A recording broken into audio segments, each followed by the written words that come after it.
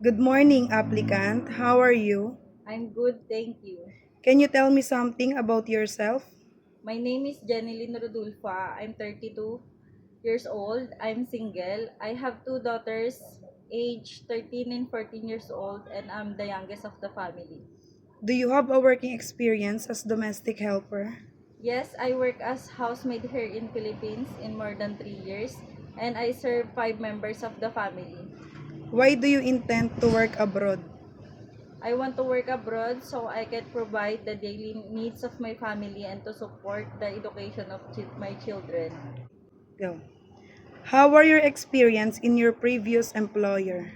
My experience was good. My employer trusted me and I did my best to finish my duties every day. As domestic helper, what are your main duties and responsibilities? My main duties are cleaning the house and organized and done properly. Can you cook? I cook simple dishes, mostly Filipino food, and I'm willing to learn how to cook other cuisine. What are the appliances that you can operate?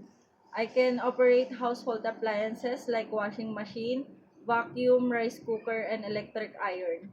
Can you take care of your Go. How can you take care of young children? I take care of children by keeping themselves, feeding them on time, helping taking a bath, and playing with them. Will you pinch or hit them if they are naughty? No, never, mom. Can you tell me possible reason why the babies cry? The babies cry when they are hungry, sleepy, uncomfortable, or need attention. If your employer child is not feeling well, what will you do? I will inform my employer right away, make the child comfortable, and monitor their condition.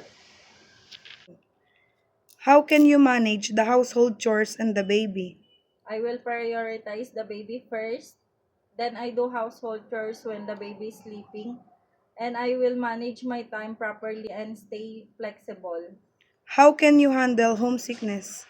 I handle homesickness by praying and calling my family. What is your final message to your prospective employer? Thank you for the opportunity.